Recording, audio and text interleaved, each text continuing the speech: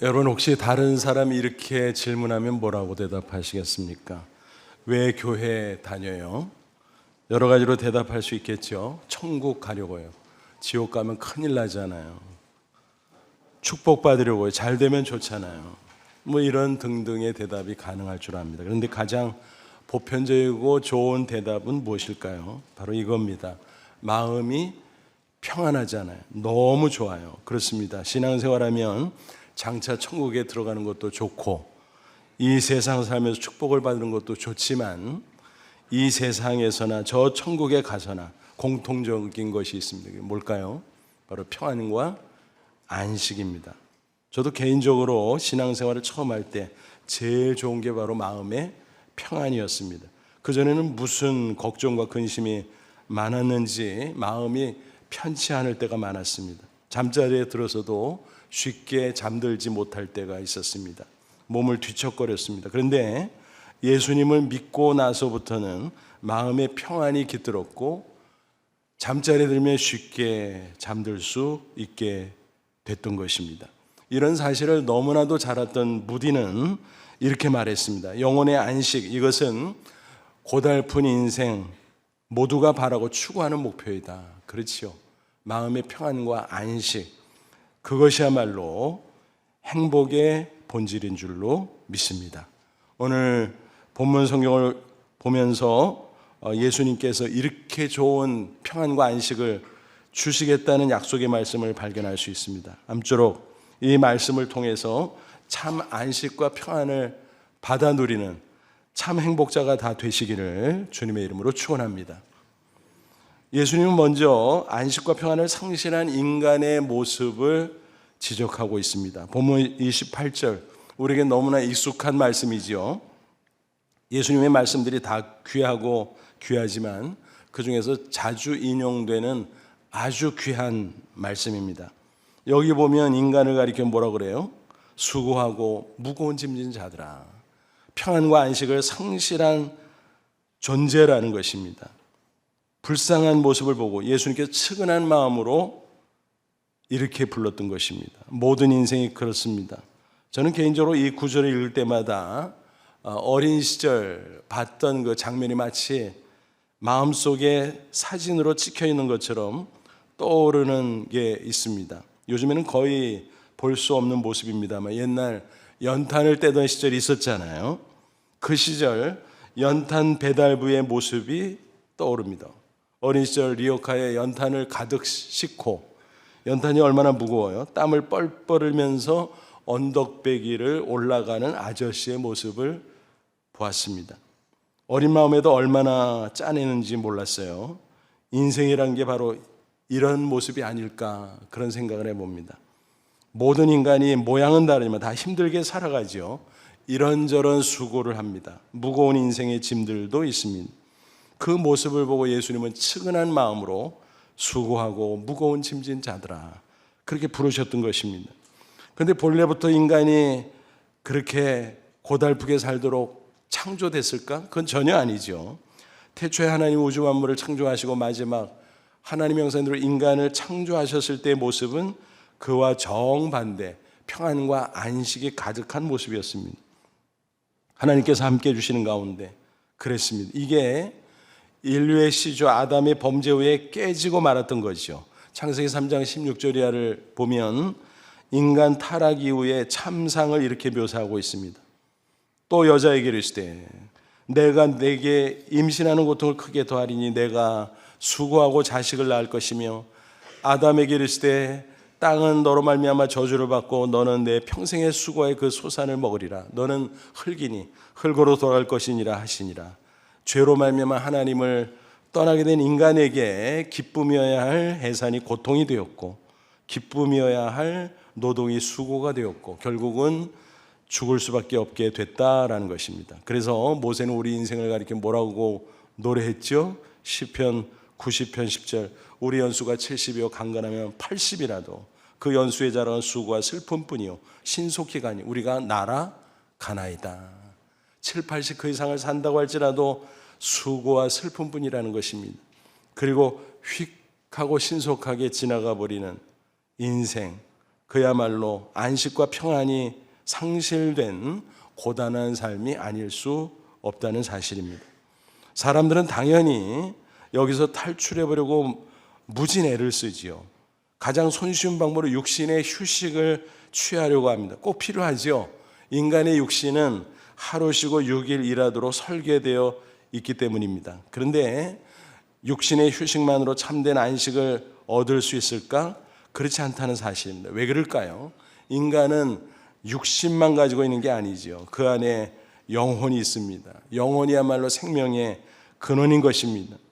육신이 아무리 좋은 환경 조건 가운데 있다고 할지라도, 또 충분한 휴식을 취한다고 할지라도 영혼의 참 안식이 없으면 늘 곤고할 수밖에 없는 것입니다. 마음의 불안과 초조, 또 갈등과 공허가 자리 잡을 수밖에 없습니다.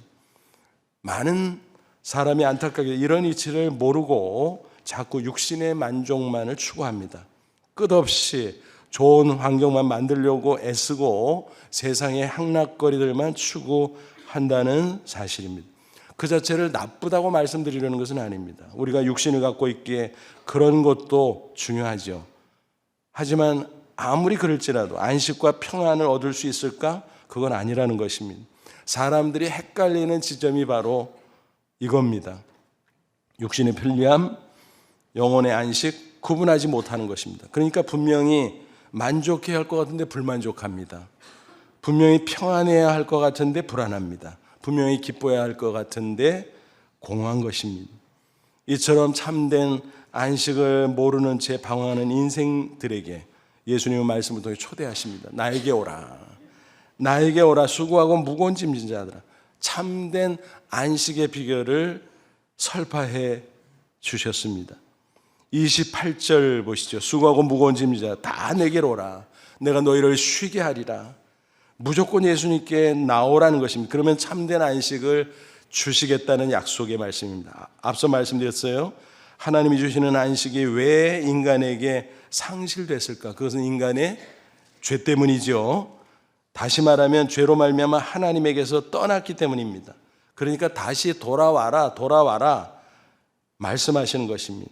거기에 참된 안식이 있다는 것입니다. 그런데 문제가 무엇입니까? 하나님은 거룩하신 분, 의로우신 분, 따라서 죄인인 인간은 감히 가까이 나갈 수 없어요. 마치 태양을 맨눈으로 볼 수 없고 겨우 선글라스를 껴야 희미하게 볼 수 있는 것처럼 죄인인 인간은 직접 하나님을 볼 수 가까이 할 수도 없습니다. 중보자가 필요한 것입니다. 하나님과 인간 사이의 유일한 중보자, 오직 예수 그리스도 한 분인 것입니다. 예수님은 하나님의 아들이니까 거룩하고 의로우시죠. 그런데 인간의 육신을 입고 이 세상에 오셨습니다. 그리고 인간의 모든 죄를 대신 짊어지고 십자가 사형틀에 피 흘려 죽으셨습니다. 그래서 우리는 대속의 십자가 그렇게 부르는 것입니다.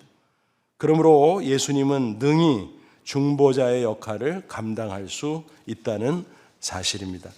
이사야 53장은 이사야 선지자가 예수님 성탄 700여 년 전에 예언한 말씀이죠.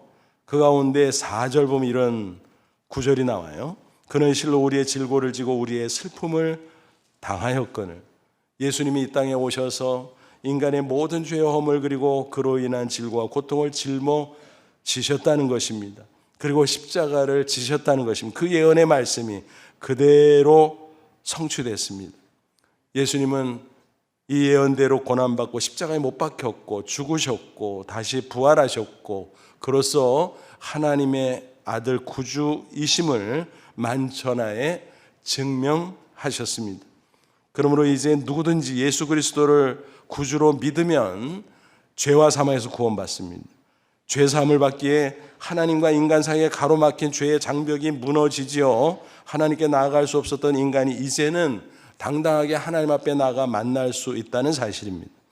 그때 그 영혼에 하나님으로부터 참 평안이 흘러 들어가는 것입니다.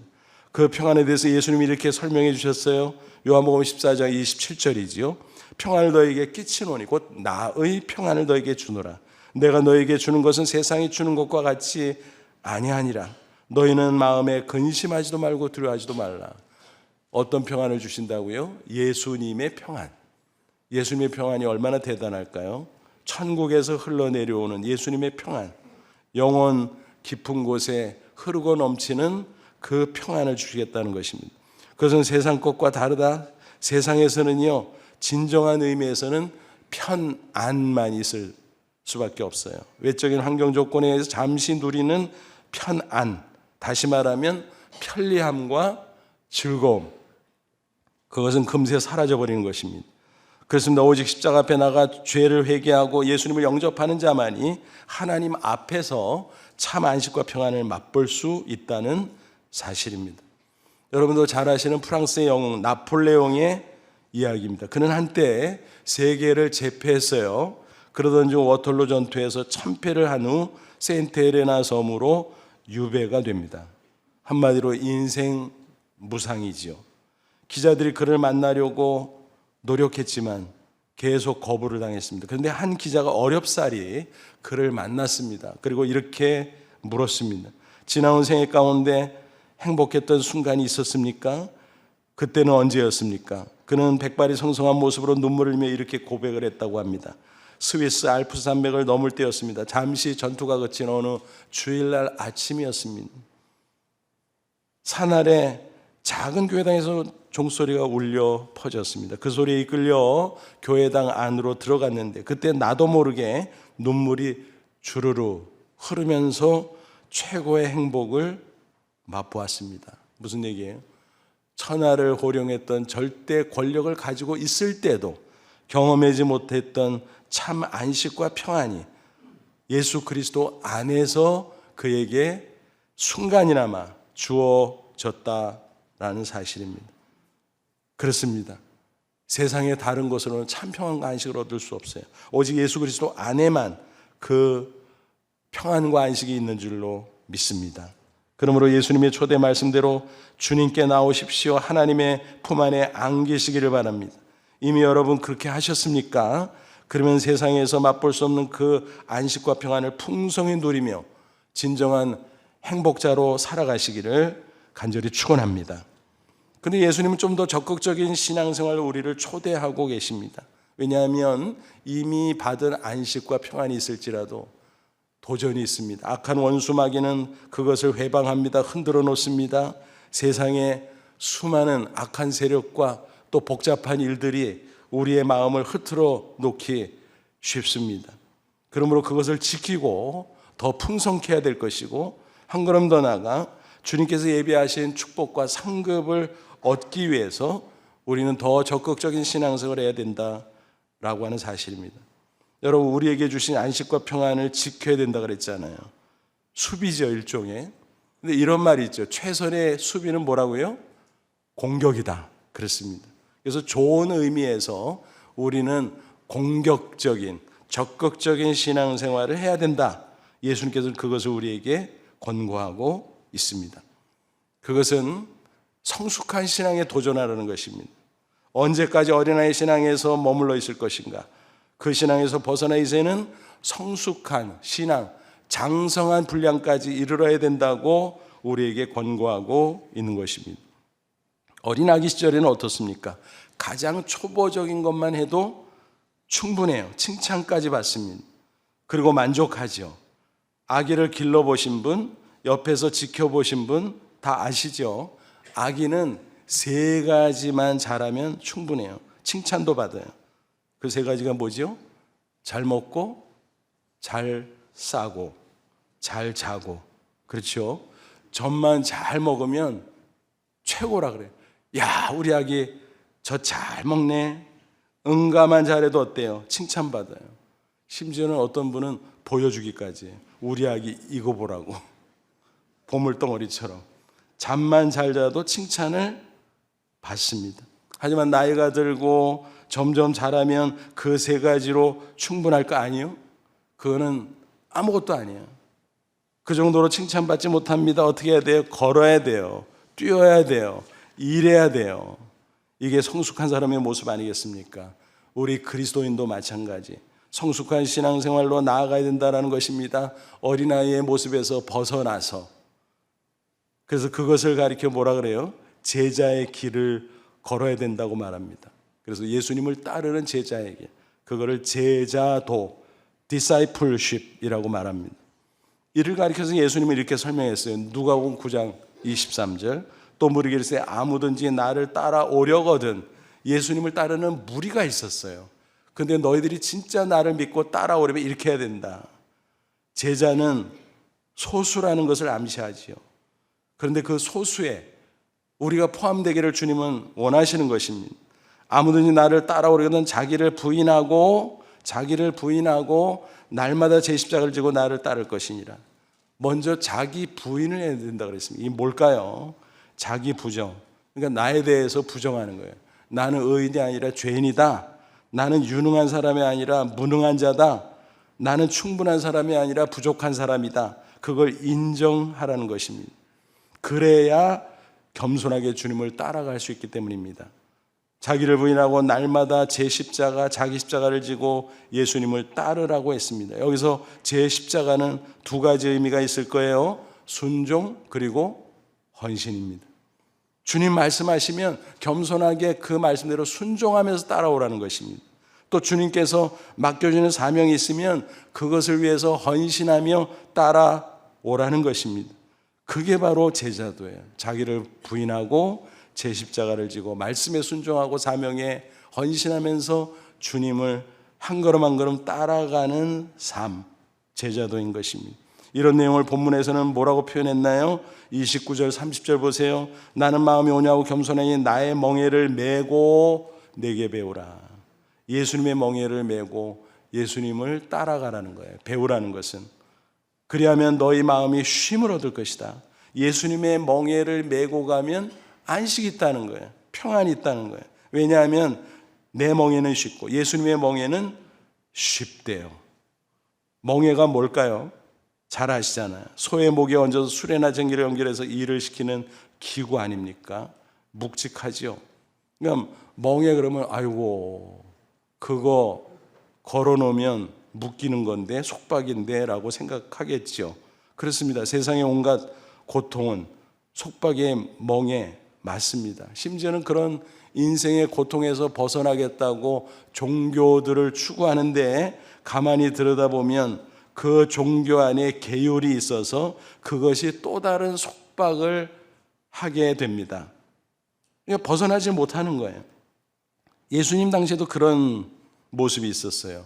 바리새인 종교 지도자들, 율법주의자는 어땠습니까? 성경 외에 쓸데없는 과도한 율법 규정을 만들어서 그게 계율이죠. 그것을 백성들에게 강요했어요. 죄인인 인간들이 그걸 어떻게 지켜요? 그것도 완벽하게 어떻게 지켜요? 말도 안 되죠. 근데 그것을 지키라고 했습니다. 지킬 수 없는 것을. 지켜야 의로워지고 지켜야 구원받는다 그랬어요. 말이 되질 않는 것입니다. 그래서 예수님께서는 죄인을 구원하기 위해 이 땅에 오신 것입니다. 십자가, 부활을 통해서 죄와 사망에서 구원하시려는 것입니다. 그게 바로 복음이죠. 기쁜 소식이죠. 그렇게 고통의 멍에 속에서 괴롭고 힘들고 방황하고 갈등할 수밖에 없는 인간에게 이제는 자유다, 해방이다. 바로 그것이 구원인 것입니다. 그 자유 안에 안식과 평안이 있는 것입니다. 그것을 우리는 예수님께 나옴으로 말미암아 이미 얻었습니다. 그런데 회방이 있다 그랬잖아요. 도전이 있다 그랬잖아요. 흔들리고 또 그것이 흐트러질 수 있습니다. 그래서 우리는 그것을 지켜야만 됩니다.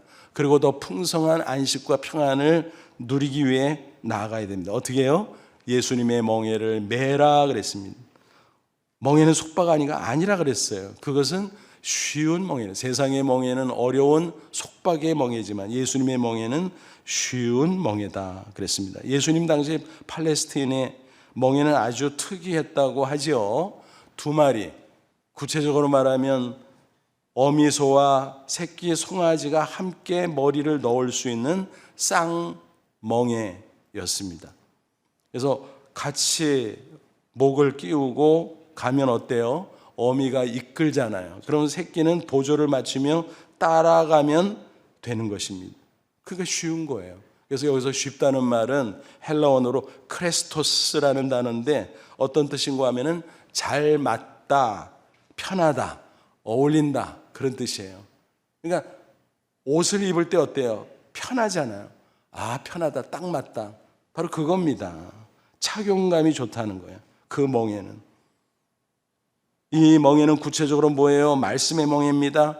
세상의 계율을 따라가고 세상의 이런저런 속박을 따라가다 보면 거기에 얽매이고 묶이고 고통을 더 당하지만 예수님의 말씀의 멍에는 어때요? 순종하면 그 안에 평안이 있고 안식이 있고 승리가 있고 축복이 있고 그렇다는 거예요. 그러니까 예수님께서 함께하는 가운데 성령의 이끄심을 통해 말씀 순종하는 게 아주 쉬워진다라는 거예요. 그러니까 예수님의 멍에는 사랑의 멍에인 것입니다. 오래전 미국 캘리포니아에 있는 디즈니랜드에 구경을 간 적이 있었습니다. 얼마나 사람들이 많은지 그때 문자 그대로 인파였습니다. 근데 거기서 이 사람 저 사람 보는 가운데 한 백인 여성이 내 아이를 데리고 다니는 것을 목격할 수 있었습니다. 아마 아빠가 오지 않았나 봐요. 근데 애들이 넷이나 되더라고요. 올망졸망.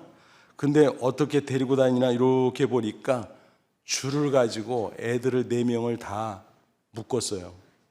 그래가지고 그 줄을 잡고 다니는 거예요. 그래서 야, 강아지도 아니고 저게 뭔가 싶어서요, 처음에는. 근데 자세히 들여다보니까 그게 너무 좋은 거예요. 그 인파 속에 아이를 하나라도 잃어버리면 어떻게 해요? 큰일 나잖아요. 큰일 나잖아요. 그 내 아이들이 가만히 있어요. 막 움직이고 난리지. 놓치기 쉽죠. 그런데 줄을 묶어가지고 4명을 이끌고 다니는데 아이들의 표정을 봤어요. 그랬더니 천진난만하고 너무너무 즐거운 거야. 그래서 저 줄은 속박의 줄이 아니라 사랑의 줄이구나. 그러니까 아이들이 오히려 더 자유롭게 즐기고 있었던 것입니다. 엄마도 안심하면서 아이들과 함께 즐기고 있었던 것입니다. 여러분, 이게 사랑의 멍이에요. 예수님께서 내 멍에는 쉽다고 하는 게 그거예요. 주님의 말씀대로 순종하며 따라오라는 거예요. 야, 이 말씀 지키는 게 어렵지 않아. 세상의 속박 고통이고 다른 종교들의 계율은 속박이지만 이거는 아니야 라고 말씀합니다. 주님의 사랑 때문에 지키기가 쉽다는 거예요. 요한일서 5장 3절, 하나님을 사랑하는 것은 이것이니 우리가 그의 계명 말씀을 지키는 것이라. 그의 계명 말씀은 무거운 것이 아니로다. 주님의 말씀은 절대로 무거운 게 아니라는 거예요. 쉽다는 거예요. 성령께서 이끌어 주시고 주님께서 함께 하시고, 그래서 주님의 사랑 안에서 저절로 지켜야 된다는 거예요. 실제로 여러분 인간관계 속에 그렇잖아요. 사랑하는 사람이 말하면 어때요? 지키기가 쉬워요. 자진해서 열심히 지켜요. 근데 나랑 별로 상관없는 사람이 나한테 지시하면 어때요? 기분 나빠요. 어려워요. 그죠? 사랑이 지키기 쉽게 해주는 것입니다. 주님의 말씀은 바로 그런 겁니다. 주님이 나를 사랑하고 내가 주님을 사랑하기에 성령의 이끄심이 있기에 말씀의 멍에는 쉬운 줄로 믿습니다. 여러분, 마치 또 이와 같아요. 길을 갈 때 차선 어때요? 있으면 불편해요? 편해요? 편하지요. 차선 없으면 얼마나 불안하고 위험한지 몰라요. 가끔 선교지에 가면 낙후된 나라들에게는 도로에 차들이 제법 많은데 차선이 없어. 그거 얼마나 복잡하고 얼마나 위험하고 얼마나 불안하고 무서운지 몰라요. 막 빵빵거리고 막 옆에 막 끼어들고 막 달라붙고, 야, 너무너무 위험하고 불안해요. 그런데 차선이 반듯반듯 있으면 어때요? 차선 안에만 가면 되는 거예요. 그 안에 들어가서 꼼짝 못하고 속박 아닌가? 그게 아니에요. 안정감이죠. 자유죠. 평안이죠. 바로 그겁니다. 그래서 말씀에 순종하는 것은 쉬운 멍에라는 사실을 기억하십시오. 예수님도 말씀하셨어요. 요한복음 8장 31, 32절, 이르시되 너희가 내 말에 거하면 참으로 내 제자가 되고 진리를 알지니 진리가 너희를 자유롭게 하리라. 말씀 안에 살다 보면 자유를 느껴요. 왜냐하면 말씀은 진리거든요. 진리가 자유케 한다 그랬어요. 시편 기자는 더 나가서 말씀의 축복을 이렇게까지 노래합니다. 119편 165절 유명한 구절이죠. 주의 법 말씀을 사랑하는 자에는 큰 평안이 있으니 그들에게 장애물이 없으리로다. 평안과 더불어 형통의 축복, 축복의 대로가 활짝활짝 열린다는 사실입니다. 그러므로 여러분 기쁜 마음으로 말씀의 멍에를 매십시오. 아무쪼록 날마다 말씀을 읽고 묵상하면서 하나님의 뜻을 깨닫는 대로 순종하십시오. 그래서 부디 축복의 대로를 경험하고 참 평안을 경험하는 저와 여러분 되시기를 주님의 이름으로 축원합니다. 그리고 예수님의 멍에를 메고 나면 당연히 그 다음에 어떻게 해야 돼요? 예수님의 짐을 져야 됩니다. 앞서 말씀드렸잖아요. 멍에는 짐을 지우기 위해서 사용하는 기구라 그랬잖아요. 그러면 예수님의 짐은 뭘까요? 예수님이 나에게 맡겨주시는 사명을 가리키는 것입니다. 그 사명에 헌신하는 것이 예수님의 짐을 지는 것입니다. 내가 위치한 자리에서 나에게 맡겨주신 모든 책임들, 그것이 클 수도 있고 작을 수도 있어요. 가정에서, 직장에서, 교회에서, 내가 가는 곳곳에서 내가 맡은 책임이 있다라는 것입니다. 그것을 가지고 우리가 하나님의 영광을 위해서, 하나님의 나라와 복음을 위해서 마땅히 감당하며 살아야 된다라는 것입니다. 고린도전서 6장 19, 20절은 이렇게 증거합니다. 너희 몸은 너희가 하나님께로부터 받으면 너희 가운데 계신 성령의 존인 줄 알지 못하느냐. 너희는 너희 자신의 것이 아니라 그랬어요. 몸, 여기서 몸은 육신만을 가리키는 게 아니에요. 전인격, 인생 전체를 가리켜요. 그것은 하나님께로부터 받았다. 그렇지, 하나님이 창조주니까 우리의 인생, 우리의 몸의 주인은 하나님이에요. 뿐만이 아니라 어땠어요? 죄로 말미암아 타락하고 멸망할 수밖에 없었지만 예수님의 십자가 피로 구속해 주셨어요. 구속이라는 말이 무슨 뜻이에요? 속박한다는 한자 말고 다른 한자죠. 뭐예요? 값을 치르고 산다는 거예요. 우리의 죄값을 예수님의 십자가 피로 대속하셔서 우리를 하나님의 자녀로 사셨다는 거예요. 너는 내 것이라. 그러므로 너희는 너희 자신의 것이 아니라 창조주 하나님의 것이요 구속주 하나님의 것입니다. 그리고 그 증표로서 우리 몸에, 우리의 마음에 성령을 부어주십니다. 그리고 성령이 떠나지 않고 우리와 함께 거하십니다. 그것을 성령의 내주라고 말하지요. 그러므로 우리는 하나님의 영광을 위해서 우리의 몸과 우리의 인생을 바쳐 헌신해야 마땅합니다. 사명에 헌신하는 것, 그것이 예수님의 짐을 지는 것입니다. 그 짐은 어떻다 그랬어요? 30절 다시 보면 내 짐은 가벼움이라. 가볍다 그랬어요. 가볍다. 아니 짐이 무겁지 가벼운가? 가볍다 그랬어요. 왜냐하면 앞서 소개한 쌍멍의 이야기를 다시 떠올려 보세요. 함께 맨 어미소가 리드하기 때문에 새끼는 어때요? 짐의 무게를 거의 느끼지 않을 수 있어요. 마찬가지. 주님께서 우리와 함께 하시고 주님께서 이끌어 주시고 도와주시기 때문에 사명이 처음에는 부담스럽고 야 이거 내가 질 수 있을까? 근데 막상 순종하고 헌신하고 따라가다 보면 쉽다라는 거예요. 가볍다라는 거예요. 능히 감당할 수 있고 놀라운 승리가 있다라는 것입니다. 인도의 성자로 불리는 썬다싱의 이야기입니다. 어느 날 동행인과 함께 히말라야 산을 넘고 있었어요. 그는 그런 곳을 누비면서 복음을 전했거든요. 그런데 눈보라와 극한 추위로 몸을 가누기도 어려울 정도였습니다. 그런데 한참 눈길을 가고 있는데 바닥에 한 노인이 쓰러져 있는 거예요. 야, 큰일 났다. 방치하면 얼어 죽겠네. 그래서 동행인에게 제안했어요. 우리 차례대로 업고 갑시다. 그랬더니 그 사람이 이런저에 거절합니다. 미쳤어? 내 몸 하나도 간수하지 못하는데 당신이나 하고 싶으면 나는 싫어 하고 서둘러 앞장서 가버렸습니다. 너무너무 기가 막혔습니다. 하지만 그 노인을 두고 갈 수 없어서 혼자 들쳐업고 산을 넘어갔습니다.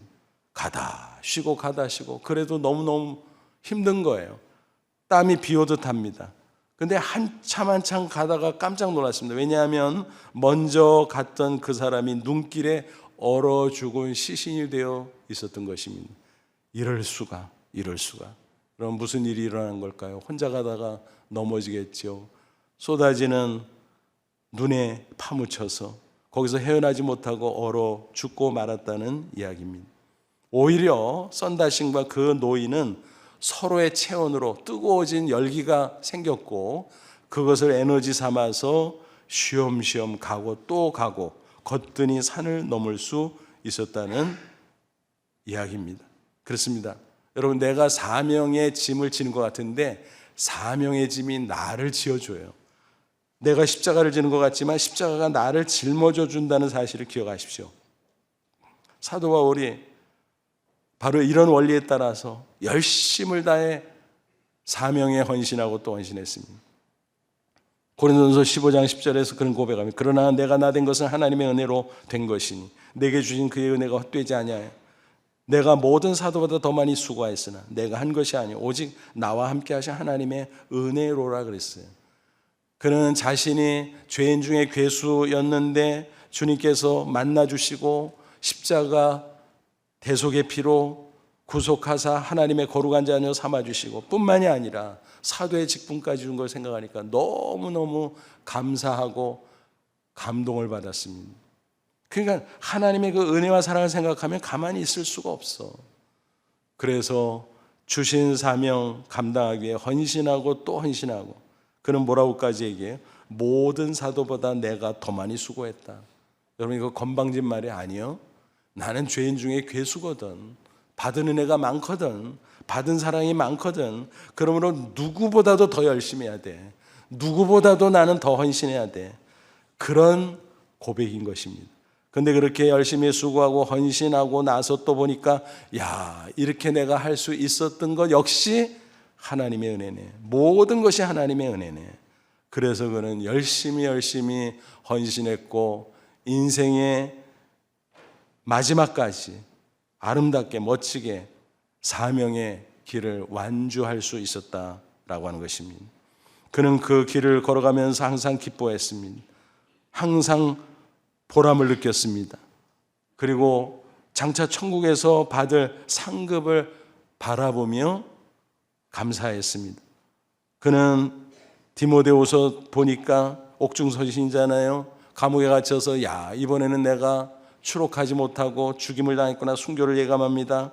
그는 이렇게 고백하지요. 디모데후서 4장 8절 이제후로는 나를 위해 의의 멸관이 예비되었으므로 죽어도 이루어오신 재판장이 그날에 내게 주실 것이며 이제 다 살았구나.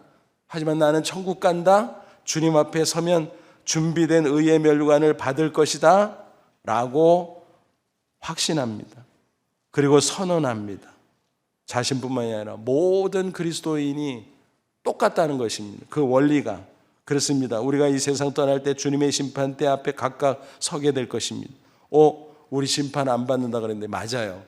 종류가 다른 걸 얘기하는 거예요. 정죄의 심판, 죄의 대가를 치르는 정죄의 심판에서는 우리가 구원받았어요. 해방됐어요. 왜냐하면 예수님이 내 대신 십자가에서 모든 죄값을 치러줬기 때문에 거기선 벗어났어요. 우리는 그런 정죄의 심판은 받지 않습니다. 맞습니다. 계시록 20장 보면은 정죄의 심판의 얘기가 나오는데 크고 흰 보좌 앞에 사람들이 한 사람 한 사람 행위책에 기록된 죄상에 따라서 심판을 받습니다. 그래서 둘째 사망, 불못에 떨어져 영원한 고통을 당하게 된다고 성경은 기록하고 있습니다. 그래서 이 정죄의 심판을 일명 백보자 심판이라고 부릅니다. 그런데 다른 한편으로 상급 심판이 있습니다. 이건 뭐냐면 구원받은 성도가 믿음 안에서 어떤 삶을 살았는가를 하나님께서 평가하시고 그에 상응하는 상을 주시는 것입니다. 일종의 신앙 인생의 평가라고 보시면 됩니다. 고린도후서 5장 10절 보면 그리스도의 심판대 앞에 우리가 각각 선다 그랬습니다. 근데 이 심판대가 헬라어 원어를 보니까 베마라는 단어예요. 원래 뜻이 뭐냐면 시상대거든요. 고대 올림픽 경기가 있을 때 우승자들이 시상대 앞에서 상을 받잖아요. 그 시상대가 바로 베마예요. 그래서 일명 베마 심판. 그렇습니다. 우리는 장차 상급 심판, 베마의 심판을 받아야 됩니다. 그때 내가 어떤 상을 받을 수 있을까? 나는 구원받으면 됐어. 그것도 감지덕지지. 말아요. 맞아요. 감지덕지지요. 그런데 다른 사람 다 받는데 나만 빠지면 그게 아무렇지도 않을까요? 섭섭하지요. 후회가 될 것입니다. 이런 이야기가 있습니다. 어느 건축에서 유능한 건축가가 있었어요. 오랜 세월 사장 밑에서 열심히 일했습니다. 그런데 정년 퇴임이 다가오자 자기도 모르게 느슨해졌어요. 그리고 이제 얼마 안 남았구나. 대충 마무리해야지. 그런데 어느 날 사장이 부르더니 마지막 부탁이 있다고 말합니다. 집 한 채, 지금까지 지은 집 중에서 가장 멋있게 한 채 지어주고 퇴임하세요. 이미 그는 마음이 떠난지라 알았습니다 대답은 했지만 건성으로 했습니다. 인부도 자재도 대충 쓰면서 집을 얼른 지었습니다. 드디어 완성되던 날 사장이 찾아옵니다. 그리고 말합니다. 수고했습니다. 오랜 세월 우리 회사를 위해서 애써주셔서 정말 감사합니다. 이 집은 내가 당신에게 드리는 선물입니다. 그 건축가의 얼굴은 순간 당황하고 빨개졌습니다. 내 집이었다고? 내 집이었다고? 그러면 내가 최선을 다했을 텐데. 후회했지만 때는 이미 늦었죠. 그나마 감지덕지죠. 여러분 우리 인생도 마찬가지. 우리가 신앙생활하는 건요, 집 한 채씩 짓는 것과 똑같아요. 예수 그리스도의 기초 위에 우리가 하나님께서 맡겨주신 시간과 재능과 건강과 모든 지혜와 지식과 모든 것을 총동원해서 우리가 있는 자리에서 우리에게 맡겨주신 사명을 위해서 사용하고 헌신할 때 그것이 쌓여지고 아름답고 멋진 집이 되는 것입니다. 그 집을 보고 하나님께서 우리에게 천국의 상급을 주실 줄로 믿습니다. 아니, 그 과정 속에서 우리는 기쁨과 보람을 느낄 것이고 또 하나님이 원하시면 이 땅에서 미리 우리에게 또 놀라운 축복을 주실 줄로 믿습니다.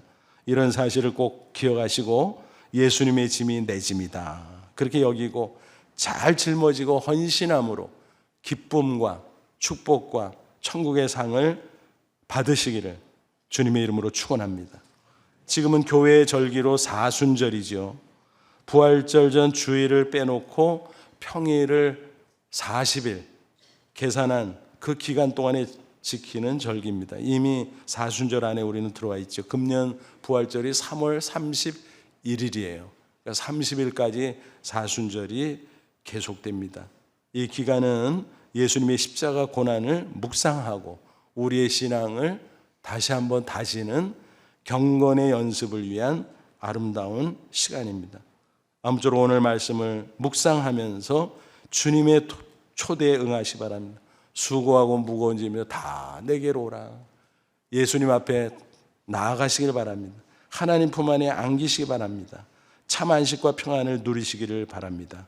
그리고 그것을 지키기 위해, 그것을 더 풍성케 하기 위해, 또 주님께서 예비하신 축복과 천국의 상급을 위해서 주님 말씀하시는 대로 멍에를 메고 또 짐을 지고 나아갈 수 있기를 바랍니다.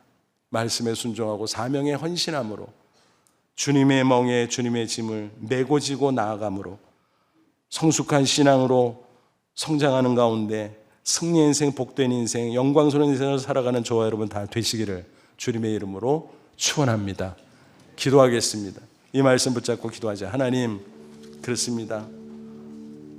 죄와 세상의 온갖 고통과 질고 온갖 것을 짊어지고 수고하던 우리들, 수고하고 무거운 짐을 다 내게로 오라. 이 말씀 듣고 주님 앞에 나아가 구원받고 참 평안과 안식을 누리게 하신 것을 감사합니다. 이것을 잘 지키게 하옵소서.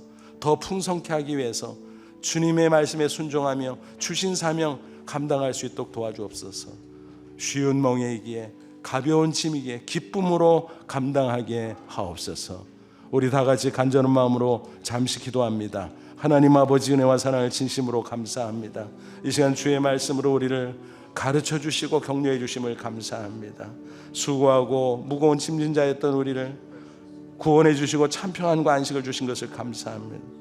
우리가 이것을 잘 지키게 하시고 더 풍성케 하기 위해 주님 말씀대로 쉬운 멍에, 말씀의 멍에를 지키게 하옵소서. 순종하게 하옵소서.